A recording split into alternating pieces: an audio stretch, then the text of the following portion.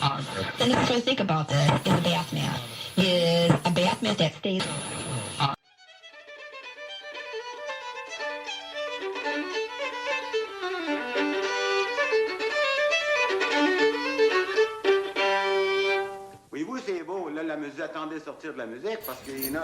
Now, all this modern technology made war more horrifying than it had ever been before. In 1914, the war started. I won't go into the details as to how it did, but it did. The King of England had told his troops that they would be home by the time the leaves fell. Well, by Christmas, the war was already supposed to be over 2 months ago. Many of the soldiers were sick of war. At this point, the war had been bogged down into trenches. Any attempt to advance would result in the massive slaughter of soldiers, to the point where most people just spent their time in the trenches, waiting for one side to try and come over so they could kill them. I suppose something about Christmas brings out the best in people. These British and German soldiers who had been busy fighting and killing each other, on Christmas I suppose they took a moment to say they saw through the fog of war. That they thought, you know, why should we kill people on such a special holiday? Many of those soldiers were the ones who partook in the Christmas truce, along with German soldiers. I'm sure you've heard the stories of men in the trenches, you know, sharing cigarettes, playing soccer, you know, all of that, and, you know, of course, soldiers being sent, you know, massive gift baskets from their king or Kaiser or from their family. People attending mass together, even if they were from different nations. A lot of the times, the story of the Christmas truce is told as kind of a testament to humanity. That, you know, even in the most brutal war we had ever seen up until that point, I guess you could say some kind of light poked through. But I'm not sure about all that, because the following year, the Christmas truce didn't happen. It had been a one-time thing. I guess it says something about us. Do you know my grandfather's name is Natalie, because he was born on Christmas? But the only reason he didn't end up going to World War I is because when they blew the whistle and they called all the men out of the factories to go to war, he was in the infirmary with a broken leg because he hurt it hauling rocks. So it's kind of funny. If he hadn't gotten hurt, he probably would have been in the trenches during the Christmas truce.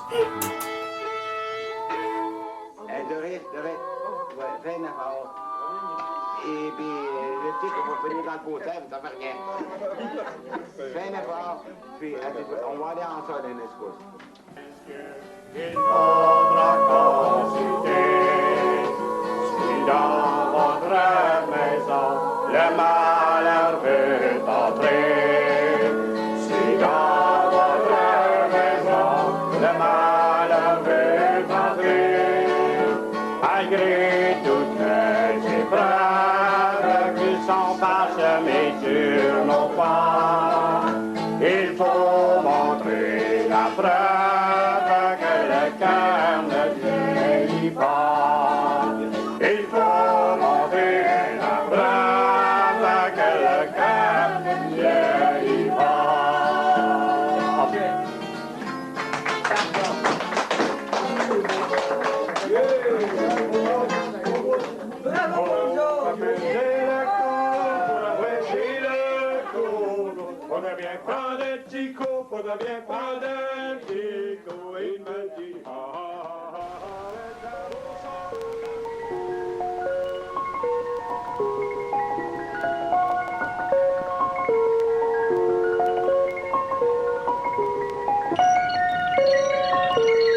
Live from the Cathedral in the Pine Studios, deep in the frozen swamps of New England, it's the Swamp Yankee Radio Christmas Special with your host, John Dios, featuring Anarchitrarian, Brendan, Joe Clark, Lowell O'Connor, and Matt, with music by the Dios Family Children's Choir, Bobby and Ava, the Parish Hill School Choir, and the Bolt Owl Family Players. With special appearance by the Harry Rizomas.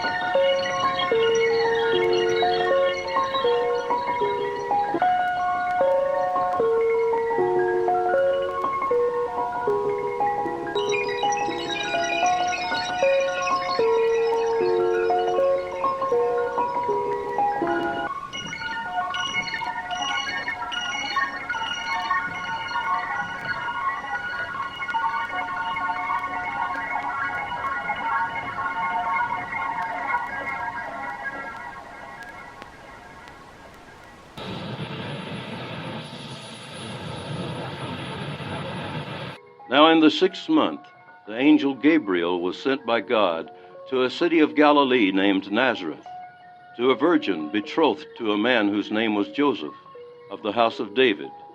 The virgin's name was Mary. And having come in, the angel said to her, "Rejoice, highly favored one, the Lord is with you. Blessed are you among women." But when she saw him, she was troubled at his saying, and considered what manner of greeting this was. Then the angel said to her, "Do not be afraid, Mary, for you have found favor with God. And behold, you will conceive in your womb, and bring forth a son, and shall call his name Jesus. He will be great, and will be called the Son of the Highest, and the Lord God will give him the throne of his father David, and he will reign over the house of Jacob forever, and of his kingdom there will be no end." Then Mary said to the angel, "How can this be, since I do not know a man?" And the angel answered and said to her, "The Holy Spirit will come upon you, and the power of the Highest will overshadow you. Therefore also, that Holy One who is to be born will be called the Son of God. Now indeed, Elizabeth, your relative, has also conceived a son in her old age, and this is now the 6th month for her who was called barren. For with God, nothing will be impossible." Then Mary said, "Behold, the maidservant of the Lord. Let it be to me according to your word."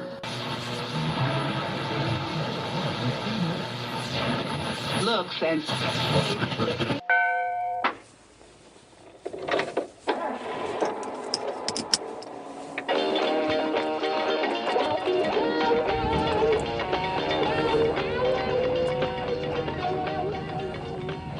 Well, we've got a white Christmas again, but unless you're traveling by reindeer and sleigh, it's rough going out there. Be sure to drive carefully and fasten your seatbelts. The roads are slippery and the traffic is already heavy. Everybody's heading home for the holidays. After all, Christmas time is family time. Time to bring back all those good old traditions. I remember something our family always used to do at Christmas, back when I was a kid. We used to make gifts for each other. Nothing big, just little homemade tokens to go along with the store-bought presents. My grandmother used to make the kids mittens, you know, with the string that went around our necks so we wouldn't lose them. I still wear mine today, but, you know, all in all, it was kind of a nice custom. You know, it's kind of fun to reminisce about the good old days. That's a luxury we have at the end of the year, indulging in a bit of nostalgia. Hey, if last-minute shopping's bugging you, take a trip to Marcos. Christmas was a big deal in my family, but sort of disconnected from any particular meaning. Tension between my lapsed parents and devout grandparents resulted in a compromise around the rituals. Family meals, gifts, carols. Which is not to say we didn't love it. My father in particular, otherwise bitter towards his childhood faith, had a strange anxiety about our Christmas routine being identical to the one he'd known as a child, with the exception of midnight mass, of course. I remember a sense of awe at the nativity speech in the Charlie Brown Christmas special, like I was getting a peek behind the curtain at some real magic which I only vaguely understood by the way of my grandparents. Inevitably, I began to take Christmas for granted, and as a teenager I ruined my fair share of them, showing up with a piss-poor attitude, expecting gifts, treating family gatherings like an imposition. It culminated in a department store robbery a few weeks before Christmas when I was 18. I've told that story elsewhere, and I won't get into it here. But really, what really sticks with me today is the memory of watching the news reports the next day. They interviewed Christmas shoppers whose plans had been thwarted by the police discovering the crime the next morning and closing the mall for the day. An elderly woman, someone's grandmother, looked straight into the camera and said, "It's Christmas. Whoever did this is a mean, rotten Grinch." My friends and I laughed, but even then it stung. I spent a fair chunk of my share of the money booking an anti-Christmas punk rock show on December 26th of that year. I put a picture of Satan on the flyer and thought it was pretty hilarious. Shortly after that I was arrested. I stopped laughing. Christmas in prison was more or less another day, marked only by a few charitable gestures. The meal was slightly nicer than normal. Small gift bags were delivered to the cell by Catholic Charities, along with a tract telling the story Linus had told when I was a kid. If you were lucky, your family could afford to buy a gift basket full of junk food through the state commissary. I white-knuckled it through my first Christmas, appreciating what I'd left behind for the first time. My second Christmas inside, I did something that would have been unthinkable a year earlier, and I answered a flyer seeking volunteers for the Catholic choir at the Chapel of St. Dismas in Summers State Prison. Deacon Gerasi called me into his office, skeptically flipping through my file while asking me questions. I managed to assure him that while I wasn't exactly a believer, I was trying to be more open-minded. No, I no longer considered myself an anarchist. I wasn't going to start any trouble or make a scene. He walked me to the altar, taught me to genuflect before the sacrament, and sat me in a corner with a book full of Christmas carol chords and an old acoustic guitar, brutal action that shredded my fingers. It felt kind of good to suffer. I was a lazy musician, but blessed with a good ear, so I got up to speed in time to play the midnight mass a few weeks later. The centerpiece for the choir was a vocal solo of Ave Maria. Tommy, an older, quiet white guy who worked in the library, sang it. I'd once foolishly asked Tommy when he was getting out. He told me never and offered no further explanation. Since there was no guitar for that part, I just sat and listened. It was the first time I'd heard him sing it, since there was no reason to practice a solo with a full band. Halfway through the song, I found myself tearing up. I panicked, not wanting to cry in front of a chapel full of inmates, but there wasn't anything to do but stare at the ground and hope no one noticed. I didn't speak a word of Latin. I had no idea what he was singing, just the name, Maria. The image of the Nativity, the infant swallowed in his mother's arms. I forgot about the other cons and I wept. For a moment I was alone with Christ and his mother. No gifts, no big family meals, no ritual. I was 20 years old when I had my first real Christmas.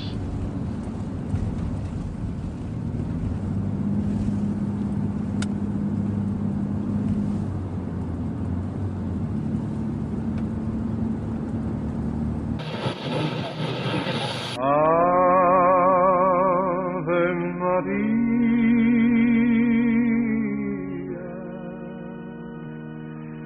gracia plena, Maria, gracia plena,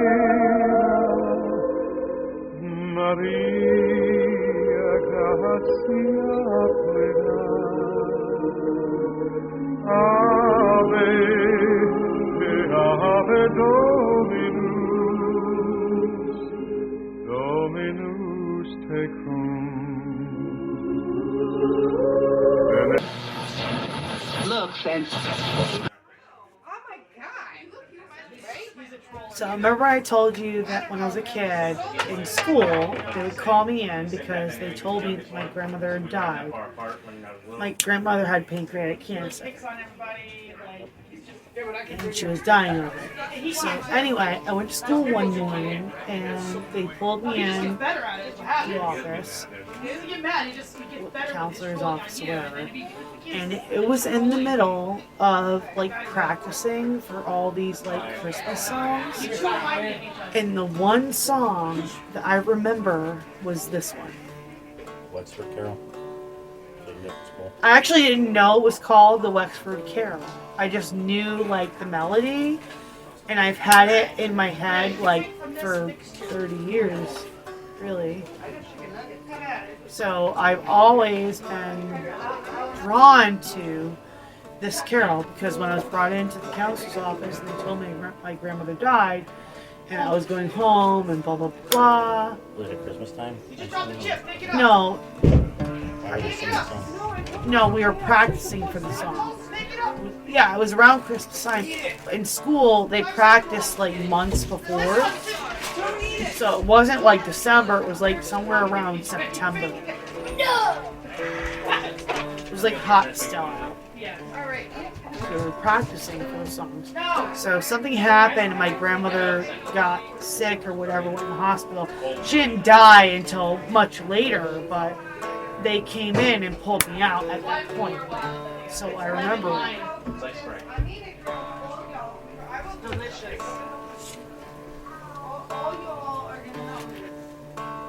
People of this Christmas time consider well and very hard what our good God for us has done in sending beloved Son. Mary, who we shall to God above this Christmas day. Bethlehem upon that morn. That's all I know. Yeah, but I only know that because we were practicing that in school. So I know that. The rest of it I don't know. And my favorite part was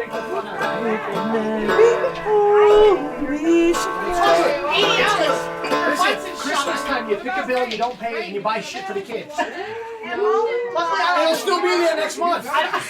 Pick a couple bills. I do it with my mortgage every year. Look, this month I ain't paying. Well, that's what your wife said. That's what your wife said. Credit cards. I got a credit card paid for you. Guess what? Next month the bill's gonna come again. What's the worst that happens? File bankruptcy. I got bad credit. I got a house. What are you credit for? We had our coffee pot broke, and he went and got another one, and I was like, wow. It's like the credit card paid for it. Don't worry about it. Am I gonna live without coffee for a year? So you can save enough my money. credit score? I'm not. That shit's not getting paid off one way or the other. What do I do with this? Put it in your pocket. They can't take the house, so what do I care? Weird stuff.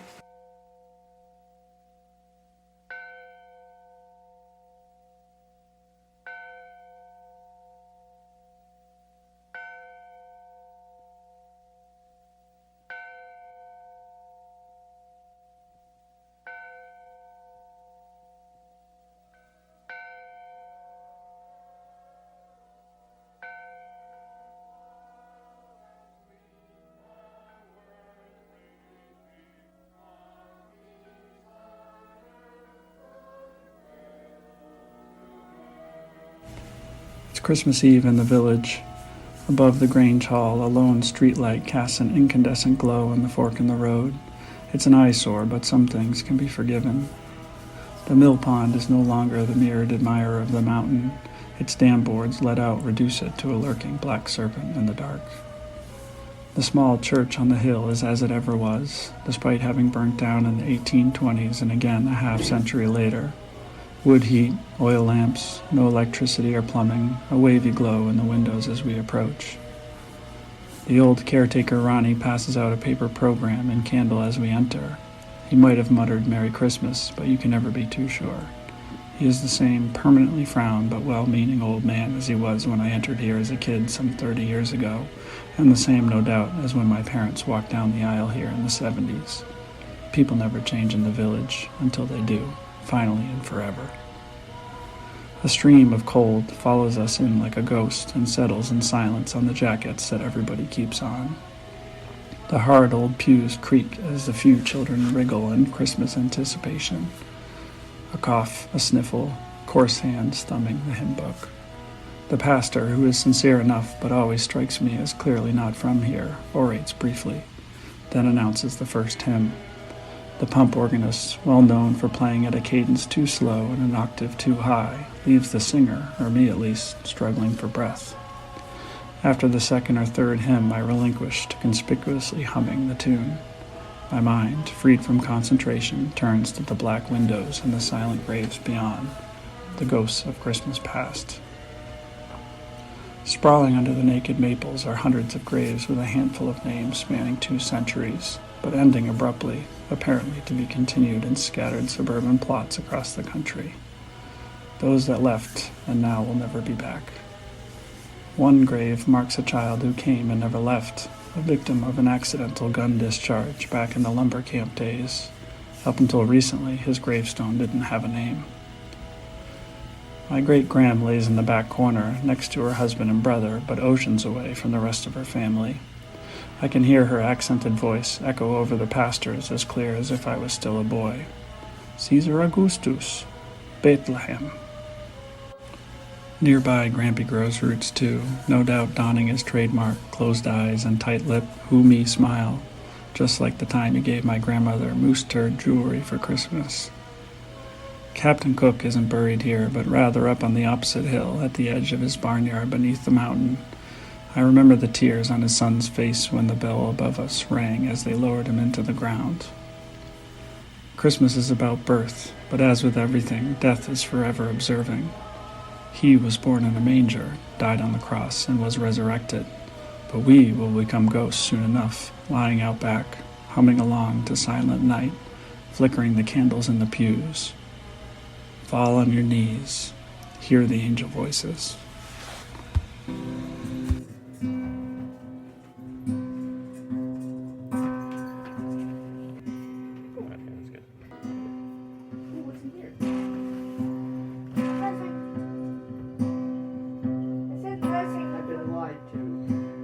Oh, holy night, the stars are brightly shining. It is the night of our dear Savior's birth. Long lay the world in sin and error pining, till he appeared and the soul felt its worth. Music was his life. It was not his livelihood, and it made him feel so happy. It made him feel so good, and he sang from his heart, and he sang from his soul.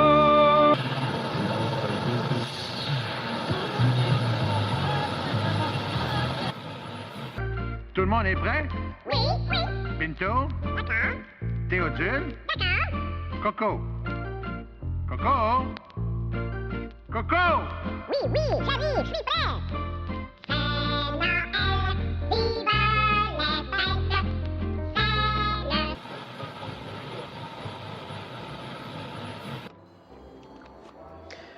My favorite Christmas movie is Jingle All the Way from 1996, directed by Brian Levant, written by Randy Kornfield, starring Arnold Schwarzenegger, Sinbad, Phil Hartman, Rita Wilson. And by the way, Rita Wilson, I sometimes get a little bit confused. Rita Wilson is married to Tom Hanks, right? Not Arnold. I forget who the lady was that was married to, Maria Shriver. Jake Lloyd, the kid from The Phantom Menace, is in it.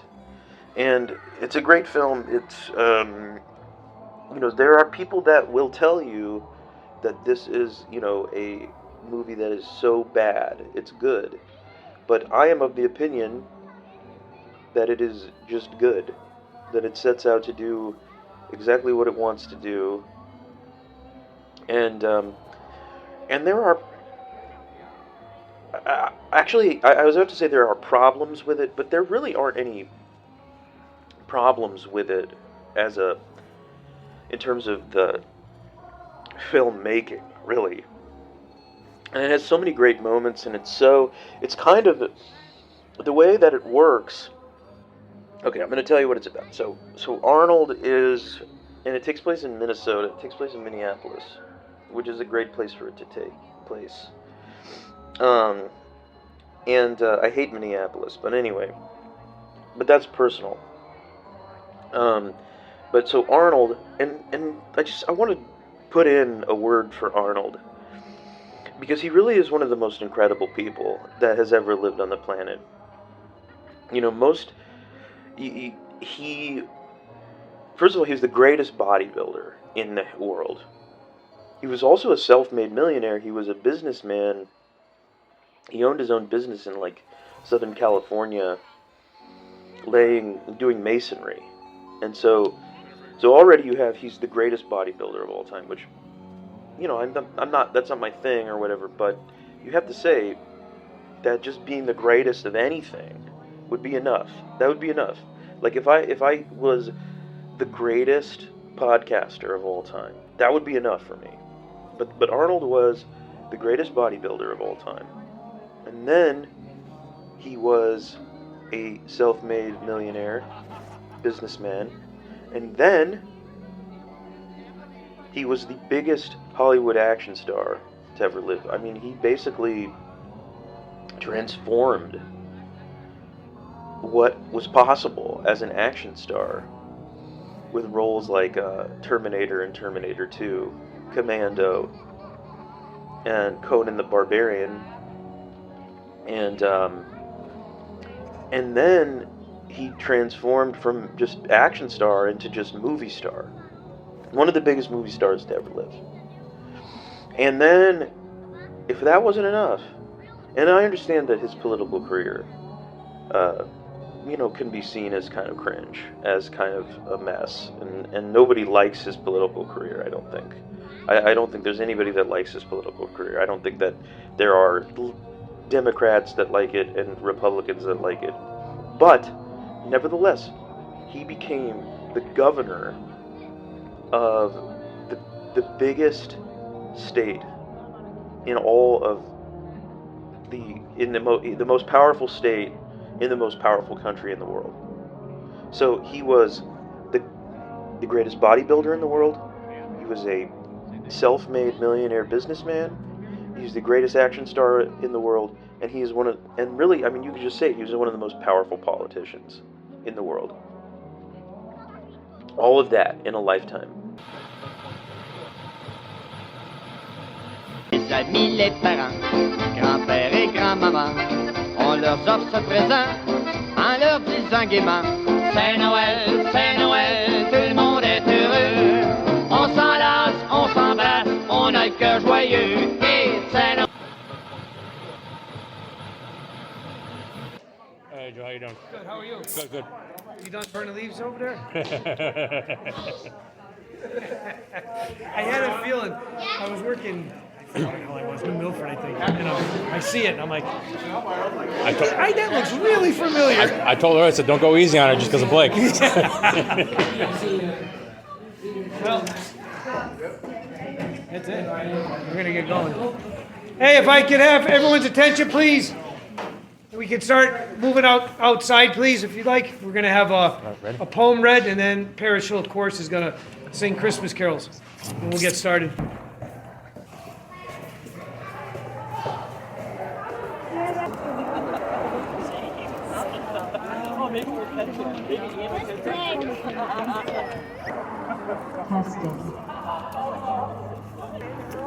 I am really surprised on this rainy evening to see everybody willing to stand out there and listen to something I wanted to read to you. And I have a captive audience at last. My name is Adelaide Northrup, and as most of you probably already know, I got appointed Chaplin's Poet Laureate about over a year ago, and it was the biggest shock. Anyway, tonight I wanted to give you some feeling of the season before we turn on the lights to our wonderful tree. And this is called the Evergreen. Evergreen, resilient as the years go by. This tree will flourish though the snow stands high. Beneath its boughs, a sheltering well for small birds, resting deer and mice. When bitter winds throw down a coat of ice, cones offer seeds much needed. One sometime home is balsam scented, another with fresh cedar bedded. Blue needles shiver in the breeze. Clouds swallow whole the highest trees, whose short limbs in close embrace will form an armature for rhyme, which veils them with a well-starched lace. Sheltered from the north wind's trace, they bow with grace to wintertime. One tree is cut in dwindling light. Taken in that sacred night, a secret cold drains from its height. It's given a place of honor, bright with offered stars and candlelight, to weaken winter's appetite for darkness. Carrying the scent of mystery, gifts honor ancient history. Happy Christmas season to everyone.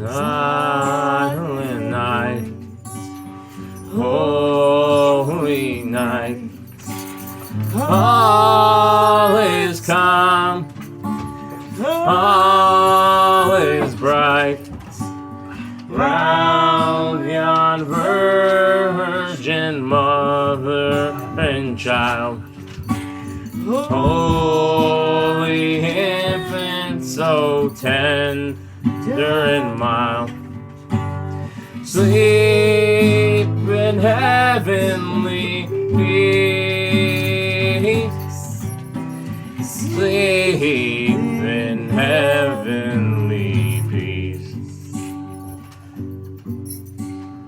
Silent night, holy night, shepherds quake at the sight, glory stream from heaven afar, heavenly hosts sing hallelujah.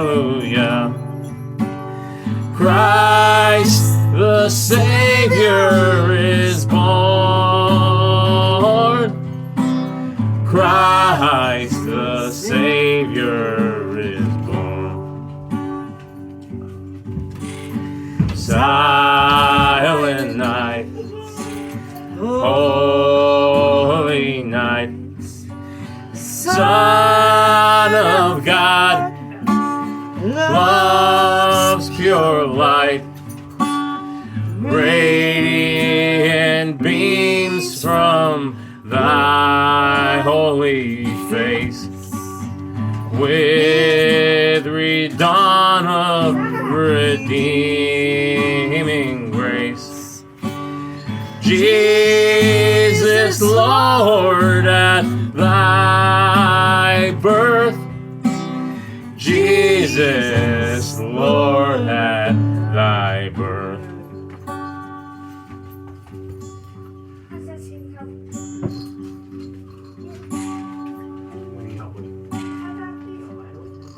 Why? I want. Yeah, that starts in Mario. I need that off. No, you need the wire to hang it. No, Hang it like this. this wire. See, it's that wire. You don't want this one on? You're gonna have to ask your brother.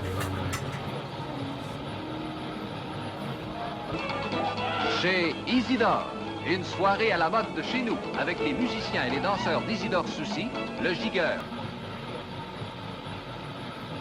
Because, okay, if you haven't seen the movie, okay, Arnold he's like a furniture or a mattress salesman in Minneapolis, and he, he's not a good dad. He's a mattress, he prioritizes work over family.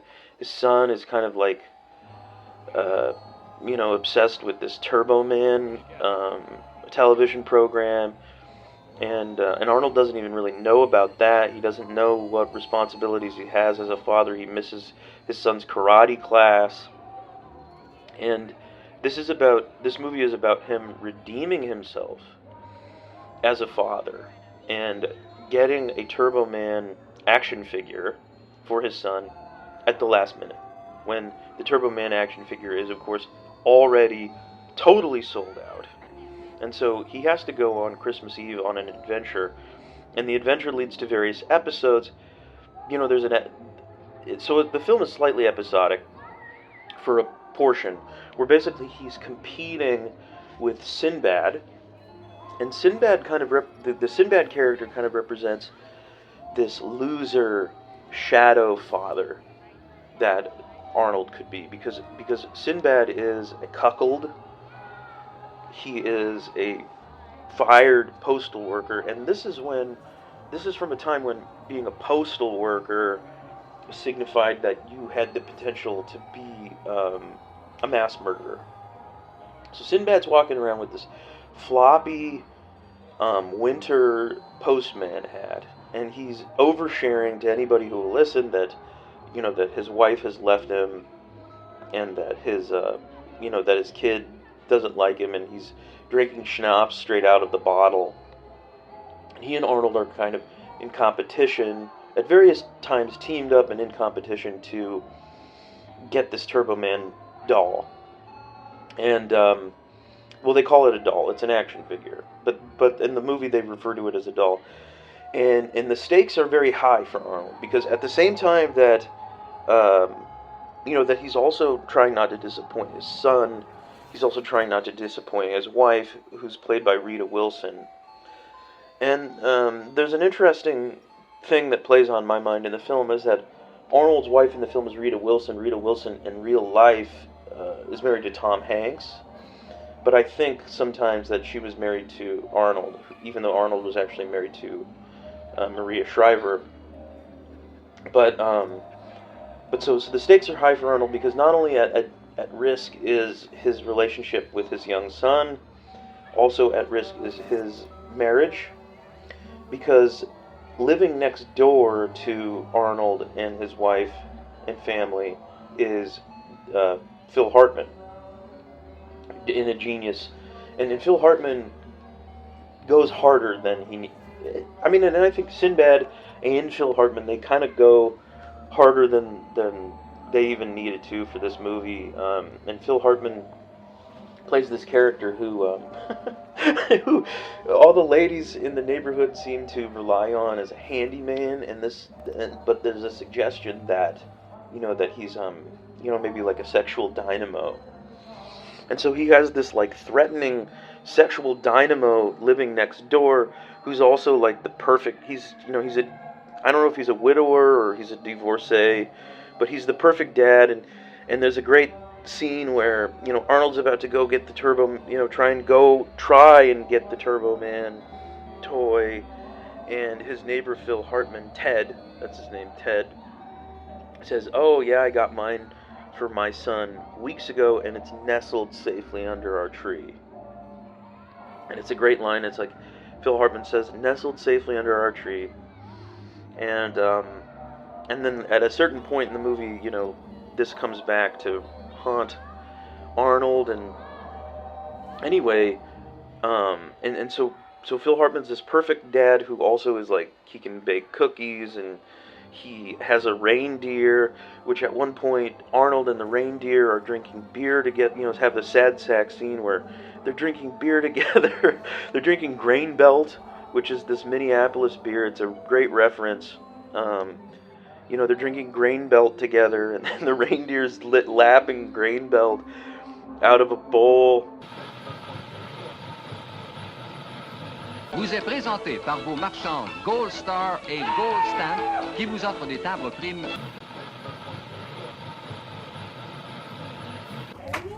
Okay.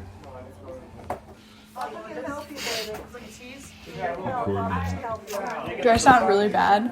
No. Okay. I'm recording. Yeah. It's hard, John. Come on. Like, you guys suck. The car's I can't get yours. Alright, are we ready? Hey, jiggity jig. Hee-haw, hee-haw. It's Dominic the donkey. Jiggity jig. Hee-haw, hee-haw. The Italian Christmas donkey. La la la. La la la la la.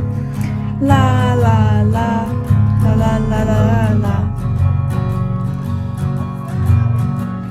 Santa's got a little friend, his name is Dominic. The cutest little donkey, you never see him kick. When Santa visits his paisans with Dominic he'll be, because the reindeer cannot climb the hills of Italy. Hey, jiggity jig. Hee-haw, hee-haw. It's Dominic the donkey. Jiggity jig. Hee-haw, hee-haw. The Italian Christmas donkey. La la la. La la la la la la la. La la la. La la la la la la la. Children sing and clap their hands and Dominic starts to dance. They talk Italian to him and he even understands. Kumadas and kumpadas do the dance of Todd and Tell. When Santa Nicola comes to town and brings El Chucharin. Oh, jiggity jig, ee-haw, ee-haw. It's Dominic the donkey, jiggity jig. Hee-haw, hee-haw. The Italian Christmas donkey. La la la. La la la la la la la. La la la. La la la la la la. That's pretty good, I think.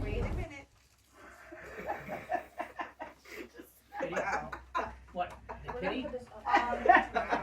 On the back of the box. Did you see what Codes? I don't know if they want that for downloading anything. Candy paws. There's a shared gift. Joyeux, joyeux Noël. Joyeux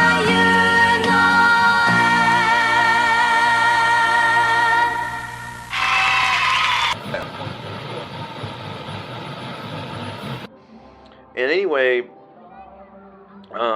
so there's little episodes and various cameos, appearances by there's a great scene, and one of my favorite scenes in the film is when Arnold has gone to a couple of toy stores, and not only has he gone to a couple of toy stores, but there's a scene where he's trying to get this ball from this little girl in a ball pit, and it looks like he's being like he's a pedophile or something, and so all these women start attacking him with purses, and this Santa figure played by Jim Belushi basically says, hey, we've got bootleg Turbo Men at this warehouse, and so Arnold has to go to the warehouse, the shady warehouse, and then this music comes on, Backdoor Santa.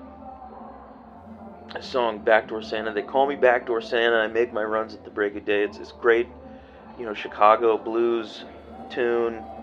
Clarence Carter. And there's midget Santas.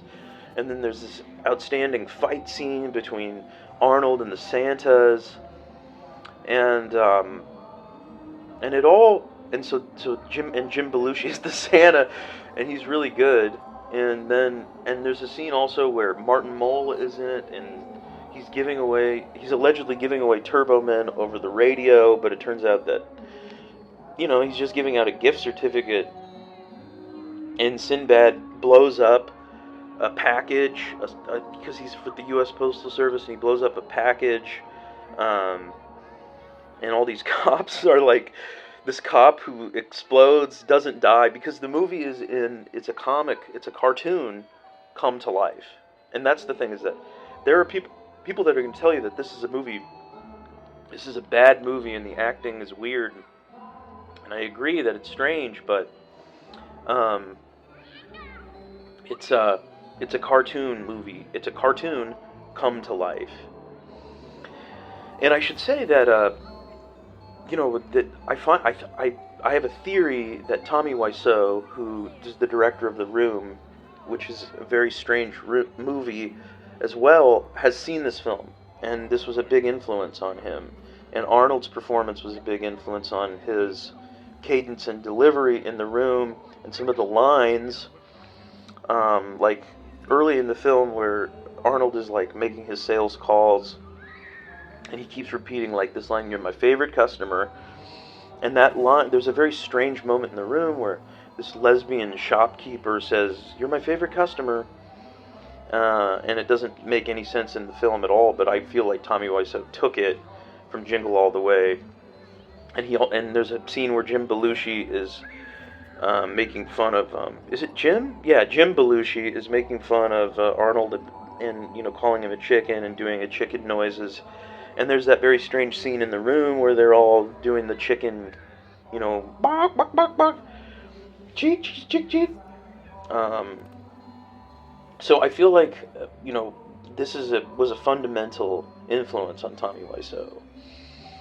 And so the film culminates in in a climax where Arnold becomes Turbo Man in a Minneapolis Christmas parade, and he's able to get a Turbo Man doll for his son while he is dressed as Turbo Man and flying around and defeating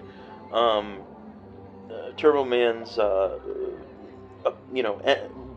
arch rival, who is, by the way, is Sinbad.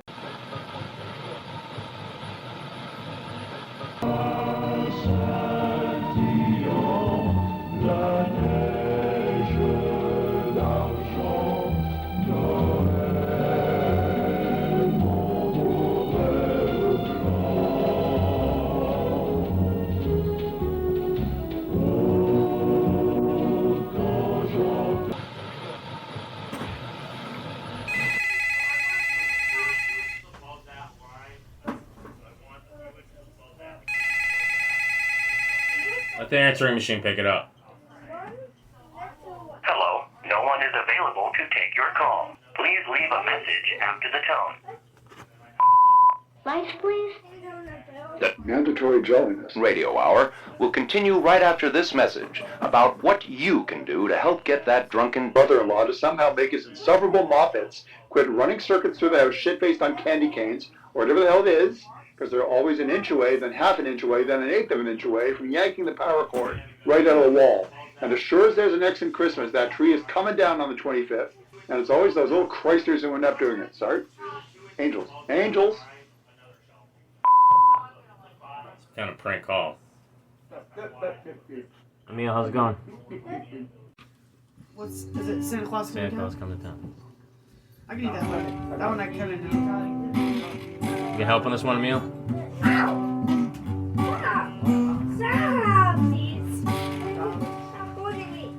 Well, there's a lot more lyrics than I thought there was.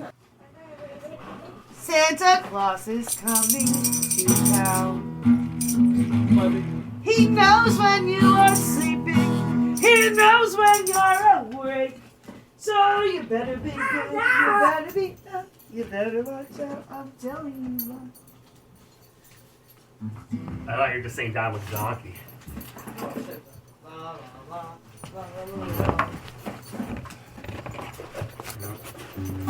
Santa Claus has the cutest donkey. Ready, Emil? Can you You better watch out, you better not cry, you better not pout, I'm telling you why. Santa Claus is coming to town. He's making a list, he's checking it twice. He's gonna find out who's naughty or nice. Santa Claus is coming to town. He sees you when you're sleeping, he knows when you're awake. He knows if you've been bad or good, so be good for goodness sake. So you better watch out, you better not cry, you better not pout, I'm telling you why. Santa Claus is coming to town. I don't know how to hang this one. We'll just leave it in the box.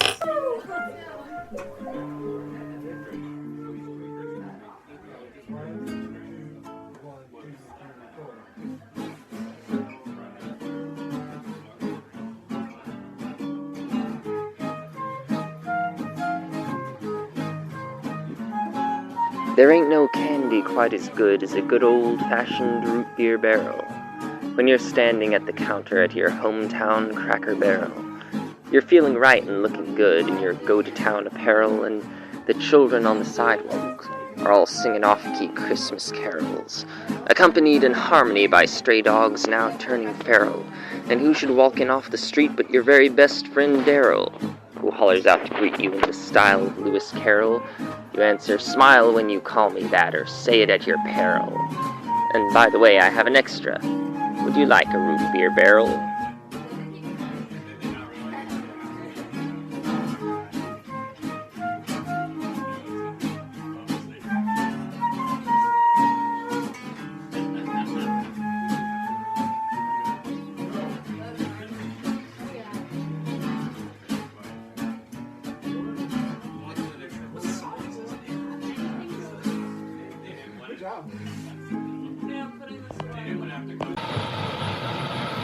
Want a new baby for Christmas, the one with long pretty hair. I can.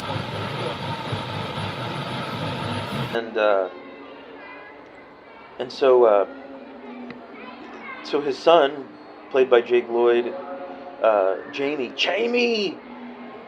That's a funny thing that Arnold says in the movie over and over. He's talking about his son, Jamie.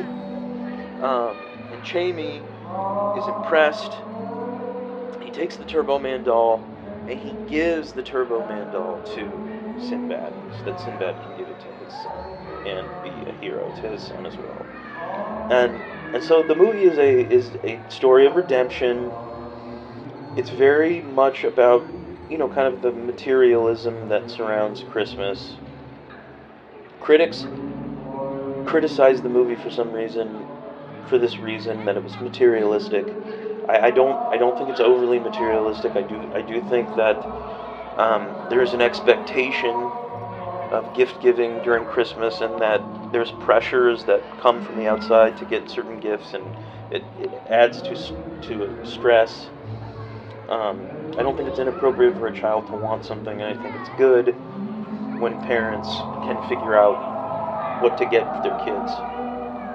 And anyway, I think that this movie is absolutely delightful, and it's so zany and wacky to be really entertaining. And so I will continue to watch it on Christmas every year, and also at other times throughout the year. It's an achievement. Apparently, it was a very rushed production.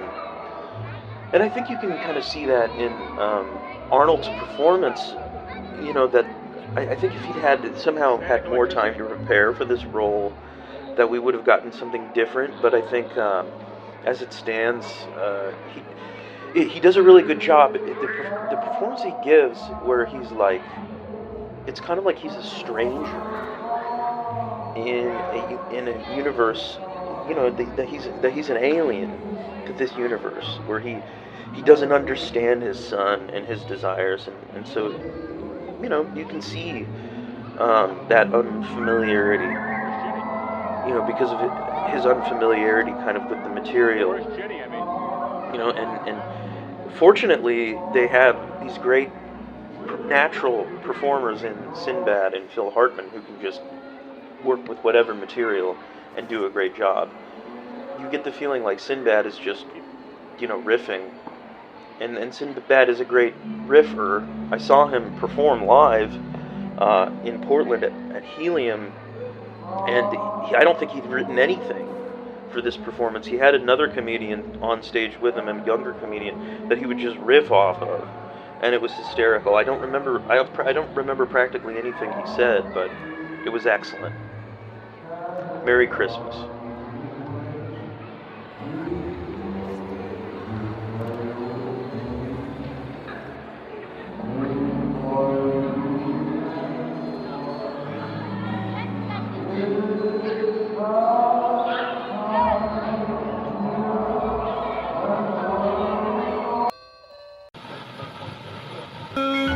She kissed me on a hayride and took me for a slave ride, then turned my white Christmas to blue.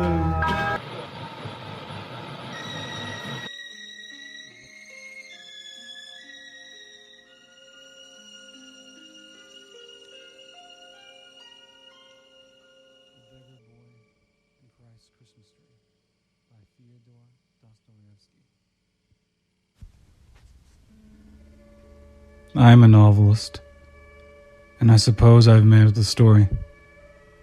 I write, I suppose, though I know for a fact that I've made it up. But yet I keep fancying that it must have happened somewhere at some time, that it must have happened on Christmas Eve in some great town in a time of terrible frost. I have a vision of a boy, a little boy, 6 years old or even younger. This boy woke up that morning in a cold, damp cellar. He was dressed in a sort of little dressing gown and was shivering with cold. There was a cloud of white steam from his breath, and sitting on a box in the corner, he blew the steam out of his mouth and amused himself in his dullness watching it float away. But he was terribly hungry. Several times that morning he went up to the plank bed where his sick mother was lying on a mattress as thin as a pancake, with some sort of bundle under her head for a pillow. How had she come here? She must have come with her boy from some other town and suddenly fallen ill. The landlady who let the Corners had been taken 2 days before to the police station. The lodgers were out and about as the holiday was so near, and the only one left had been lying for the last 24 hours dead drunk, not having waited for Christmas. In another corner of the room, a wretched old woman of 80, who had once been a children's nurse but was now left to die friendless, was moaning and groaning with rheumatism, scolding and grumbling at the boy so that he was afraid to go near her corner. He had got a drink of water in the outer room, but could not find a crust anywhere, and had been on the point of waking his mother a dozen times. He felt frightened at last in the darkness. It had long been dusk, but no light was kindled. Touching his mother's face, he was surprised that she didn't move at all, and that she was cold as the wall. It's very cold here, he thought. He stood a little, unconsciously letting his hands rest on the dead woman's shoulders. Then he breathed on his fingers to warm them, and then quietly fumbling for his cap on the bed, he went out of the cellar. He would have gone earlier, but he was afraid of the big dog, which would have been howling all day at the neighbor's door at the top of the stairs. But the dog was not there now, and he went out to the street. Mercy on us, what a town. He had never seen anything like it before. In the town from which he had come, it was always such black darkness at night. There was one lamp for the whole street. The little low-pitched wooden houses were closed up with shutters. There was no one to be seen in the street after dusk. All the people shut themselves up in their houses. There was nothing but the howling of packs of dogs, hundreds and thousands of them barking and howling all night. But there it was so warm, and he was given food. Well, here, oh dear, if he only had something to eat. What a noise and rattle here. What light and what people, horses and carriages, and what a frost.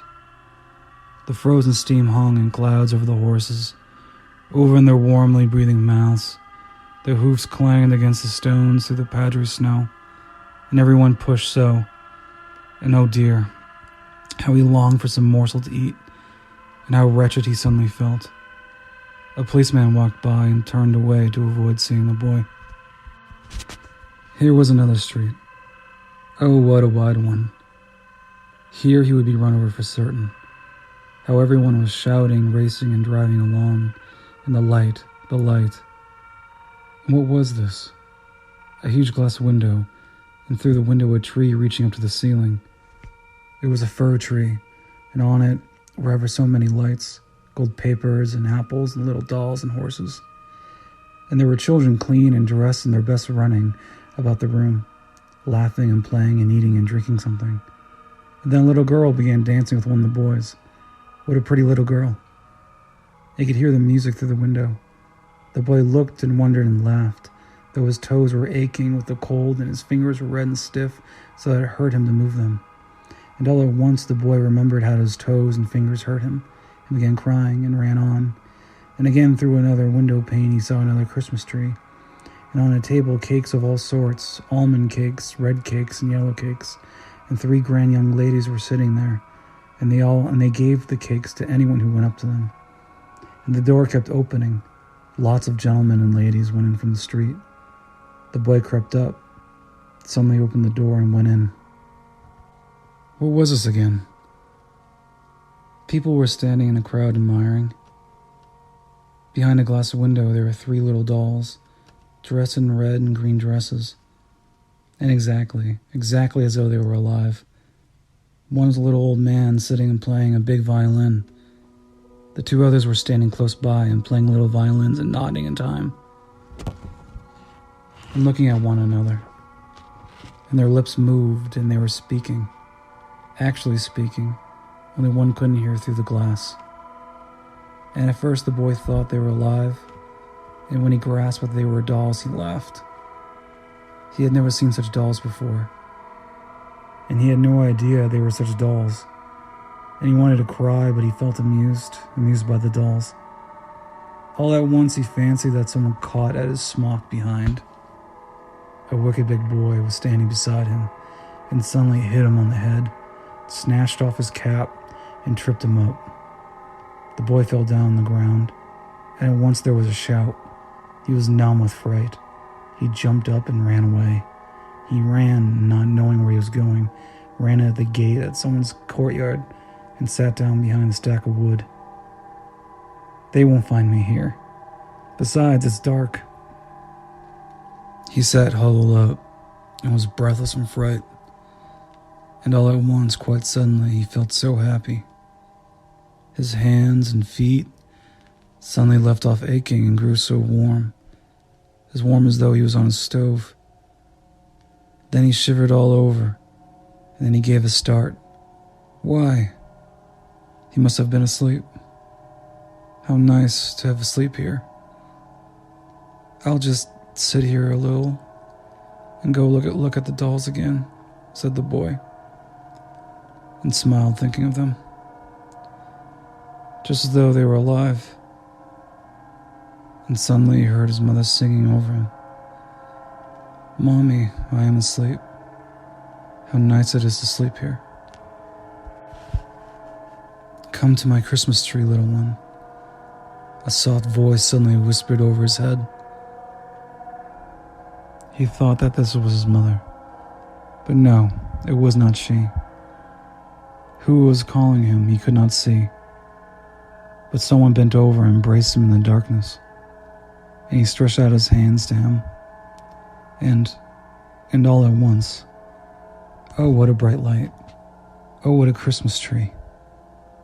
And yet it was not a fir tree. He had never seen a tree like that. Where was he now?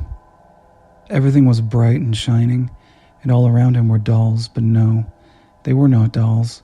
They were little boys and girls, only so bright and shining. They all came flying around him. They all kissed him, took him, and carried him along with him, and he was flying himself. And he saw that his mother was looking at him and laughing joyfully. Mother, mother, oh, how nice it is here, mother. And again he kissed the children and wanted to tell them all at once of those dolls in the shop window. Who are you boys? "Who are you girls?" he asked, laughing and admiring them. "This is Christ's Christmas tree," they answered. Christ always has a Christmas tree on this day for the little children who have no tree of their own. And he found out that all these little boys and girls were children just like himself, that some had been frozen in the baskets in which they had as babies been laid on the doorsteps of well-to-do Petersburg people. Others had been boarded out with a Finnish woman by the foundling and had been suffocated. Others had died at their starved mothers' breasts in the Samara famine. Others had died in the third-class railway carriages from the foul air. And yet they were all here. They were all like angels about Christ, and he was in the midst of them and held out his hands to them and blessed them with their sinful mothers. And the mothers of these children stood on one side weeping. Each one knew her boy or girl, and the children flew up to them and kissed them and wiped away their tears with their little hands and begged them not to weep because they were so happy. And down below in the morning, the porter found the little dead body of the frozen child on the woodstack. They sought out his mother too. She had died before him. They had met before the Lord God in heaven. Why have I made up such a story, so out of keeping with an ordinary diary, and a writer's above all? And I promised 2 stories dealing with real events. But that is just it.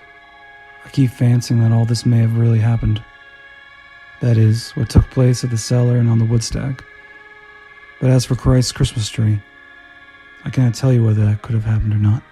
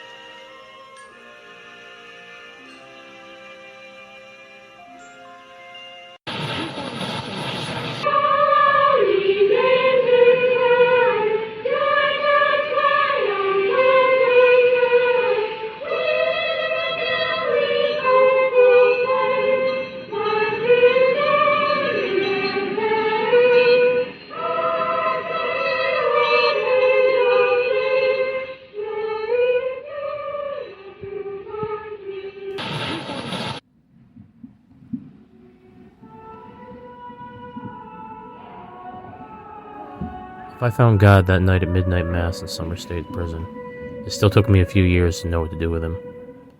I didn't immediately become devout or even regularly attend church until many years after that. The one thing that did change immediately was that I became ardently and unironically pro-Christmas. I pushed regulations as far as I could get away with when it came to decorating my cell. One year I even built a little tree out of cardboard and bartered our supplies. But I still didn't have anything resembling a normal Christmas until a few years later when they shipped me out to a halfway house deep in the woods of eastern Connecticut to spend my last year. I'd only been there for about 2 months by December. I hadn't earned the privilege of outside passes yet, so while I'd been out of jail, I still hadn't actually gone anywhere. When I wasn't in groups, I mostly sat outside and played the house guitar. Like the one in the jail chapel, it had terrible action and tore up my fret hand fingers. Most of the other people in the house were city boys that didn't come outside in the cold, so I had the porch and yard pretty much to myself that time of year. One day when I was sitting outside strumming, one of the house managers, a reformed ex-con named Milton who had taken a liking to me, walked up and asked half in jest if I knew how to play anything besides devil music on that thing. I said maybe, and I asked him why. He told me he had a Christmas tradition of driving around to all the other residential programs operated by the agency and singing carols to the residents with a few of the more trusted guys in our house. I hadn't graduated to step 2 yet, but he figured he could pull some strings to get me approved since I was the only one who could play guitar. We spent a few weeks practicing in the basement. It wasn't pretty. There wasn't a real singer among us, and the guitar wasn't much better at staying in tune. Having assembled a passable 10 to 15 minute set list, we set out on Christmas Eve in dollar store Santa hats and began making the rounds. We sang at the Bridge House, the Connection House, and an all-female halfway house called the Intersection. Milton kept a close eye on us at that one. We were still a little rough on the ears, but got a rock star's welcome from our bored and housebound audiences. Milton had promised us a stop at Dunkin' Donuts when it was all over, but first we had one last stop in the nearest mill town that passed for a city. It was a small hospice facility for addicts with terminal HIV or AIDS in a cluttered old Victorian home that had been retrofitted. The walls were almost entirely covered with a mix of inspirational posters and flyers advertising various support groups for gay men.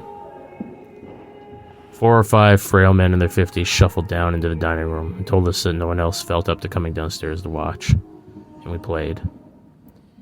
We ran out of songs and they didn't want us to leave, so we played the ones that we cut from the set list. Their eyes were still pleading when we ran out of those, so we played a few more twice as an encore. I realized that no one was visiting the next day for Christmas. No one ever visited that place. If you still had anyone around willing to visit, you wouldn't have ended up there in the first place. After that, we went to get our coffee, and I stood in the lobby sipping it, sort of shell-shocked. I hadn't been in a Dunkin' Donuts or anywhere for years, since I was a teenager. Milton walked up to me and asked me if I was alright. I nodded, and he asked me if I ever thought I'd be so happy to drink some shitty coffee in a Dunkin' Donuts on Christmas Eve. He told me to hang on to that feeling, and so I did.